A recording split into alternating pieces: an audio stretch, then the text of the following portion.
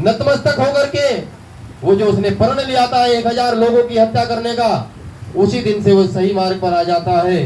तो भगवान बुद्ध के बारे में गुरु रविदास जी कह रहे हैं, अजामिल गजगणी का तारी तारी कुंजर पास से गुरुमुखे मुक्त किए, तू क्यों न तेरे रविदास। हे भगवान बुद्ध, तेरे ज्ञान ने अंगुलीमाल जैसे हिंसक आदमी को भी हिंसा के मार्ग पर लाए, उसको भी आपने महापुरुष बना दिया। हे भगवान बुद्ध, आपके ज्ञान ने एक पागल हाथी जो आपके राज्य में तोड़ फोड़ करता फिर रहा था, जैसे ही भगवान बुद्ध आपके समक्ष गए, वो हाथी भी आपको नतमस्तक हुआ। एक सुंदर कन्या, उसका नाम अंगुलीमाल के सामने प्रत्यक्ष कहा, उस लड़की का नाम जो था सुंदर अम्रपाली, यानी अम्रपाली एक ऐसी सुंदर नारी थी जिसको अपनी सुंदरता पर घमंड था, गरुड़ था। वो इंसानों की हंसी उड़ाती थी और सबको कुरूप बोलती थी। जैसे भगवान बुद्ध के समक्ष गई, उसको भी ज्ञान प्राप्त हुआ। तो गुरु रविदास जी कहते हैं कि आपने भले भले लोगों को, भली भली जनता को पार उतार दिया, तू क्यों न तेरे रविदास।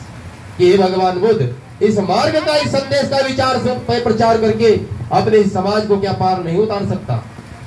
तो मेरे साथ संगत, प्यारे साथ संगत, मेरा आपसे कहना यह है कि जो गुरु रविदास जी की फोटो लगी है और बाबा साहब की फोटो लगी है और सदगुरु योगी बाबा जी की फोटो लगी है, हमें समय समय पर आकर के संतों महापुरुषों ने बताया है, लेकिन हम लोग समझ नहीं पाए। आज हम बाबा साहब अम्बेडकर को अलग मानते हैं और भगवान बुद्ध जी को अलग मानते हैं और सदगुरु रविदास जी को अलग मानते हैं।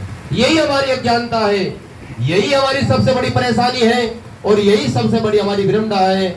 हम अपने आप को साधु संत मानते हैं और महापुरुषों के अनुयायी मानते हैं, लेकिन महापुरुषों के अंदर हम भेद मानते हैं, तो हम लोग अनुयायी कैसे हो सकते हैं। गुरु रविदास जी ने कहा, संतों महापुरुषों ने कहा, जात न पूछो साधु की, पूछ लियो सो ज्ञान, और मोल करो तलवार का, पड़ी रहने दो मैदान। हमें साधु संतों के शरीर पर नहीं जाना है, हमें साधु संतों के ज्ञान पर जाना है। और ज्ञान को क्या बताया साधु संतों ने? तलवार बताया है, और तलवार से ही हर चीज हम काट सकते हैं। तलवार के अंदर काटने की क्षमता होती है, वो तलवार के अंदर तार काटने की जो क्षमता होती है वो लोहे से नहीं होती है, उसके अंदर बनी धार से होती है। धार की कीमत होती है, जबकि आपको पता है लोहे की अगर कीमत होती तो तलवार के अंदर, तलवार जिसके अंदर रहती है मयान के, तो मयान की भी कीमत होनी चाहिए थी। लेकिन गुरुजी कह रहे हैं कि जात न पूछो साधु की, पूछ लियो सो ज्ञान, और मोल करो तलवार का, पड़ी रहने दो मयान। मयान के ऊपर ना जाओ। ये शरीर जो है सतगुरु महाराज जी का, ये मयान होता है, और सतगुरु महाराज जी के अंदर आज जो ज्ञान होता है वही तलवार होता है। उसी से काट सकते हैं, वही हमारा बेड़ा पार कर सकती है, वही हमारे जन्म जन्म के क्लेश को काट सकता है, वही हमारे मरण जीवन के बंधन को मुक्त कर सकता है और इस लक 84 के फेर से मुक्त कर सकता है। इसलिए मेरी साथ संगत जी, आपसे कहना है कि गुरु गुरु में भेद मानना बंद कर दीजिए।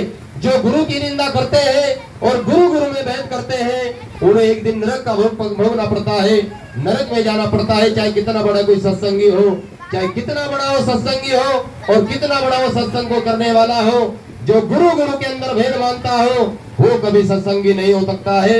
क्योंकि गुरु जी की वाणी है, पूछ लियो सो ज्ञान। ज्ञान की तस्वीर बताई और ज्ञान की तस्वीर बनाई। गुरु रविदास जी के इस ज्ञान को सतगुरु स्वामी समनदास जी महाराज जी के द्वारा प्रचारित किया गया, दादा ज्ञान भिक्षु जी महाराज जी के द्वारा प्रचारित किया गया, महाराज जगवीर जी महाराज जी के द्वारा प्रचारित किया, सतगुरु योगी बाबा जी महाराज जी के द्वारा प्रचारित किया गया। जिसके अंदर ये चक्षु है, जिसके अंदर ये ज्ञान की आंख है, वो सब गुरु रविदास महाराज जी के ज्ञान से